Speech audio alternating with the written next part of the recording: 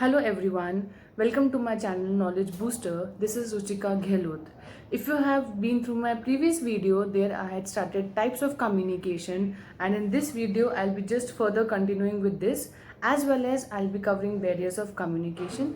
So do watch my video till the end. ज़रूर देखिए मेरी पूरी वीडियो को. एंड होल्ड ऑन, अगर आपने मेरे चैनल को अभी तक सब्सक्राइब नहीं किया है तो उससे पहले सब्सक्राइब कीजिए, लाइक कीजिए एंड शेयर कीजिए, ताकि मैक्सिमम स्टूडेंट्स तक मेरे ये नोट्स पहुंच सके and they can also take benefit out of it, and वो लोग ज़्यादा से ज़्यादा मेरे वीडियोज़ के टच में आ सके. तो ज़रूर देखिए मेरी सारी वीडियोज़ को and subscribe and share and like करना ना भूलें. चलिए शुरू करते हैं टाइप्स ऑफ कम्युनिकेशन के आगे का part as well as barriers of communication. तो ये हमने कल वर्बल एंड नॉन वर्बल के कुछ पार्ट्स किए थे. अब हम आगे नॉन वर्बल के फर्दर पार्ट्स करेंगे. तो जो बचे हुए थे उसमें था एक तो स्पेस लैंग्वेज, दैट इज़ हम उसको बोलते हैं प्रॉक्सिमिक्स. इसमें ये होता है कि कोई भी दो पर्सन के बीच में जो डिस्टेंस है उसको मेजर करते हैं when they interact, when they talk each other. तो उन दोनों के बीच का जो डिस्टेंस है उसको ये स्टडी करता है. तो it is the study of measurable distance between people as they interact. तो चार जोन में डिफ्रेंशिएट किया गया है. तो first is intimate zone, that is distance between 18 inches. Personal zone between 18 inches to 4 feet. Social zone between 4 feet to 12 feet. And public zone beyond 12 feet. ठीक है. Occlusive eye contact को study करना. Chronemics time. And artifactual means अपने clothing style को देख के, culture को देख के पर्सन की पर्सनैलिटी को या पर्सन को डिटरमाइन करना. ठीक है. क्लोथिंग से और वे ऑफ स्टाइल से भी इंसान का नेचर या सब पता लग जाता है.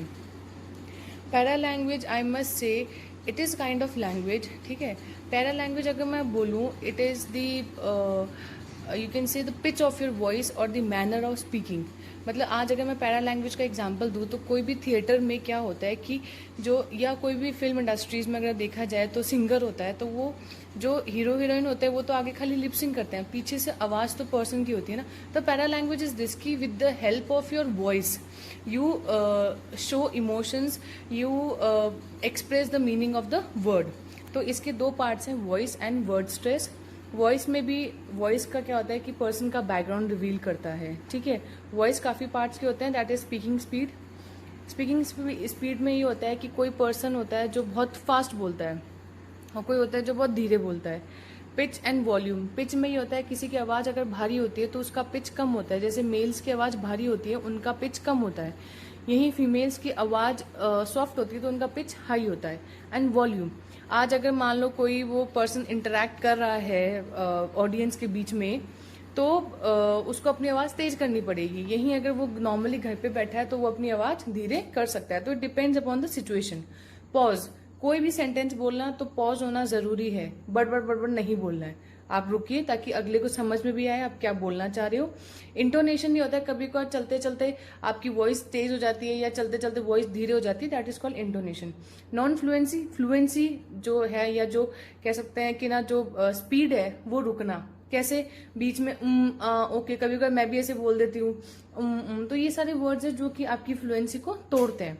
वर्ड स्ट्रेस मतलब meaning can be change by putting stress on different words. कभी कभी कोई ऐसे वर्ड्स होते हैं कि पर्टिकुलर उन वर्ड पे स्ट्रेस जाता है तो उनका मीनिंग चेंज हो जाता है.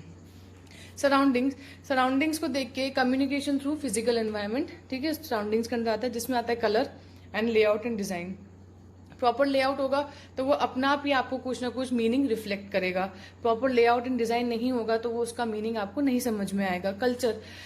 Colour, culture defines the colour attached to it. जैसे अगर मैं बात करूं कि अगर हमारे ट्रेडिशनल कल्चर्स की बात करें तो राजस्थानी ड्रेस के आते ही, राजस्थानी कलर का आती है, आप क्या कहते हो, हाँ ये राजस्थानी ड्रेस है. या बंगाली कल्चर आती है, आप क्या कहते हो, उनकी ड्रेस को देख के, उनके कलर को देख के कल्चर डिफाइन करते हैं. एंड कलर काफ़ी सारी चीज़ें बयान करता है.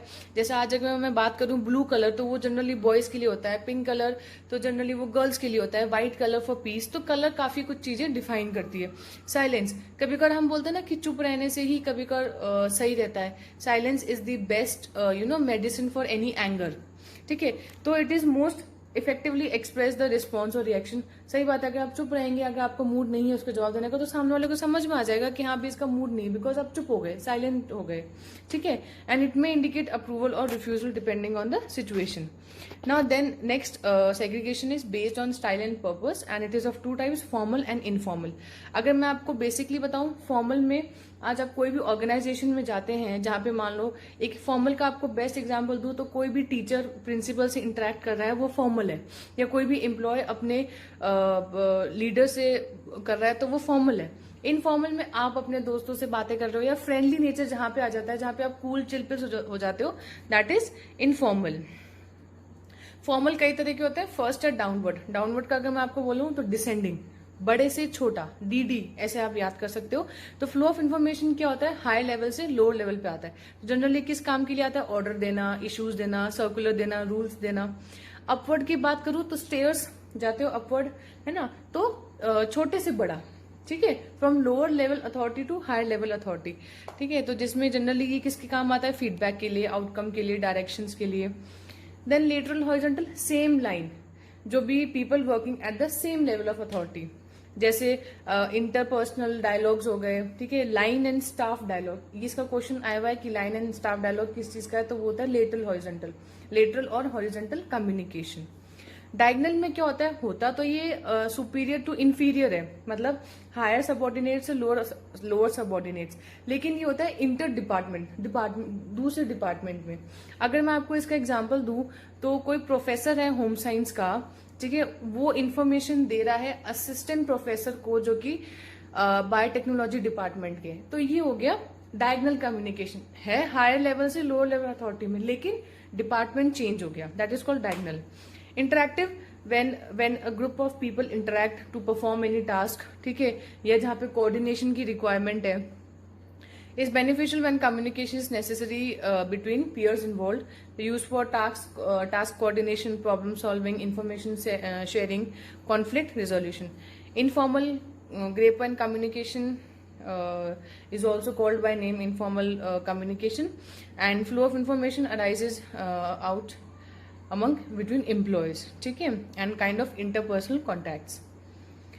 Then comes barrier to communication. Then first is semantic barrier. It refers to the study of signs and symptoms. तो इसके सब पार्ट्स हैं। वर्ड विद डिफरेंट मीनिंग, कभी कभार क्या होता है, कुछ वर्ड के ऐसे होते हैं कि डिफरेंट मीनिंग्स हो जाते हैं, ठीक है। तो ये होता है कि मिसकंसेप्शन हो जाता है, मिसअंडरस्टैंडिंग हो जाती है कि कभी कभार कुछ वर्ड ऐसा होता है कि लिसनर कुछ भेजना चाह रहा है और रिसीवर कुछ एक्सेप्ट करता है, तो ये मिसअंडरस्टैंडिंग हो जाती है, बिकॉज कभी कभार वर्ड्स के डिफरेंट मीनिंग हो जाते हैं, ठीक है। Denotation and connotation. Denotation is actual meaning of word, उस वर्ड का एक्चुअल मीनिंग क्या है वो है। कोनोटेशन ये होता है कि हम उसका मीनिंग अराइज कर लेते हैं अकॉर्डिंग टू द सिचुएशन, मतलब हम उसको क्वालिटेटिव जज कर लेते हैं। कोनोटेशन का अगर मैं एग्जांपल दूं तो चीप, चीप के दो मीनिंग होते हैं, एक तो या तो वो चीज बहुत लोअर क्वालिटी की है, ठीक है, या फिर चीप का मीनिंग होता है कि बहुत सस्ता है। तो इट डिपेंड्स कि अगर मान लो लिसनर चीप का मीनिंग ये कहना चाहता है कि बहुत लोअर क्वालिटी का, लेकिन आप क्या सोचोगे कि बहुत मतलब कम पैसों का है ना, तो ये क्या हो गया, क्वालिटेटिव जजमेंट हो गया, ओपिनियन हो गया regarding the word, that is called connotation. Bad expression when message is not formulated in proper manner, unclarified assumptions is unknown, vague is unknown, ठीक है। then second is physical and mechanical barriers. It arises due to distance, noise, जब distance ज्यादा हो गया या थोड़ा barriers ज्यादा होंगे तो वो generally physical and mechanical barriers में आते हैं। फर्स्ट है noise, कोई भी डिस्ट्रैक्टिंग एलिमेंट आ गया या फिजिकल इंटरफेरेंस आ गया, ठीक है, जो कि कंसंट्रेशन को या लिंक को ब्रेक करते हैं, तो जनरली नॉइज में ऐसा होता है, ठीक है। तो रिसीवर तक कभी कभी इन्फॉर्मेशन नहीं पहुंच पाती या उतनी कैपेसिटी स्पीड से नहीं पहुंच पाती जितनी पहुंचनी चाहिए। Distance, when listener is separated by the receiver, तो जितना ज्यादा डिस्टेंस होगा उतना ज्यादा मैसेज का मैसेज खराब होएगा, उतना ज्यादा मैसेज में डिस्टॉर्शन आएगा, ठीक है। And time is a barrier as it is, because जितना ज्यादा उस मैसेज को पहुंचने में टाइम लगेगा उतना ज्यादा उसमें मैसेज में फॉर्मुलेशन होंगे, मैसेज ब्रेक होएगा एंड आधा मैसेज पहुंचेगा। Organisational barrier, these barriers arise due to defects in the organisation. कोई भी ऑर्गेनाइजेशन में डिफेक्ट है तो उसको ऑर्गेनाइजेशनल बैरियर बोलते हैं। तो फर्स्ट आता है long chain of command, when message have to pass through several levels of organisation. जैसे जैसे उसको डिफरेंट लेवल्स तक पहुंचना चाहिए वैसे वैसे मैसेज का फॉर्मुलेशन होता है, जो मेन मैसेज है वो ब्रेक होके अलग मैसेज में आ जाता है। इंफॉर्मेशन ओवरलोडेड, कभी कभी क्या होता है कि एक्सेस में इंफॉर्मेशन रिसीवर के पास पहुंच जाती है, जितना रिसीवर के पास कैपेसिटी नहीं होती उसको झेलने की। तो कभी कभार जो इन्फॉर्मेशन, अगर इन्फॉर्मेशन ओवरलोड है तो रिसीवर क्या करेगा, अगर ज्यादा ओवरलोड होगा तो काम की बात वो सुन ही नहीं पाएगा, पहले थक जाएगा। तो इन्फॉर्मेशन ओवरलोड भी एक काइंड ऑफ बैरियर है। फिल्टरिंग, व्हेन सेंडर मतलब खुद फिल्टर करता है, बहुत स्पेसिफिक वर्ड्स भेजता है, फ्यू पार्ट्स ही भेजता है, मैसेज के पूरा नहीं भेजता। स्टेटस एंड फियर, थोड़े हाई लेवल पे अथॉरिटी पे होते हैं तो थोड़ा वो ज्यादा घमंड होता है, लोअर पे रहता है तो आपको थोड़ा डर भी रहता है, वो भी है।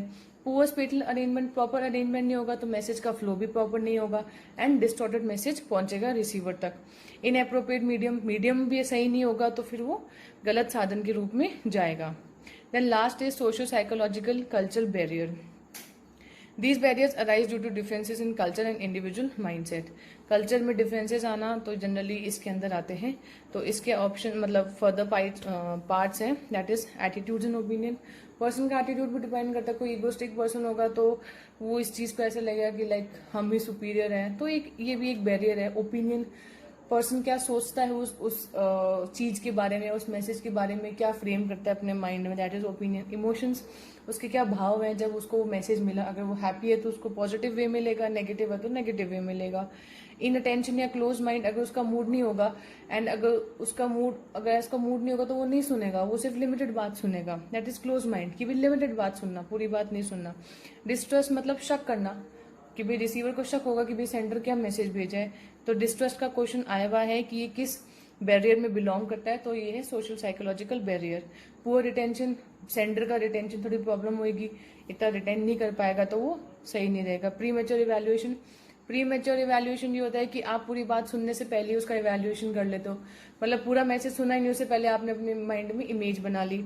And stereotypes and perception, stereotypes is like रूढ़िवादिता, मतलब रूढ़िवादिता नहीं कह सकते, स्टीरियोटाइप्स मीन्स किसी पर्सन की इमेज बना लेना, ठीक है। माइट भी जो आपने इमेज फ्रेम करी है वो सही नहीं हो रियलिटी में, लेकिन अब किसी ने आपको बोल दिया कि वो बच्चा जिद्दी है, वो माइट भी नहीं हो, लेकिन अब आपके माइंड में वो इमेज बन गई कि वो बच्चा जिद्दी है।